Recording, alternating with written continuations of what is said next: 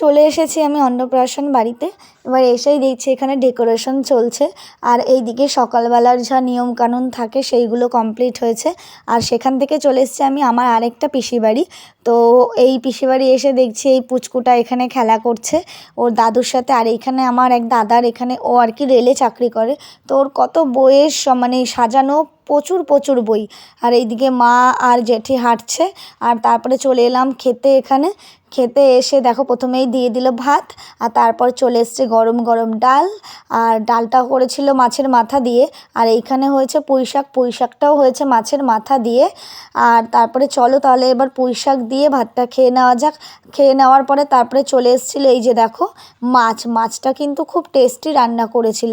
মাছটা সর্ষে বাটা দিয়ে করেছিল, বেশ ভালো হয়েছিল। আর এই কাতলা মাছের পেটি আমার বরাবরই খুবই পছন্দের। তো খাওয়া দাওয়া কমপ্লিট হয়ে গেছে, এবার আমি একটু হেঁটে দেখছি চারপাশটা। আর এইদিকে দেখো কি সুন্দর বেলুনগুলো সব ফোলানো হচ্ছে, বেলুন দিয়ে ডেকোরেট করা হবে। আর এই যে গেটটা আমার ভীষণ ভালো লেগেছে, এত সুন্দর লাগছে। আর নিচটায় কার্পেট পেতে দিয়েছে, খুব সুন্দর হয়েছে।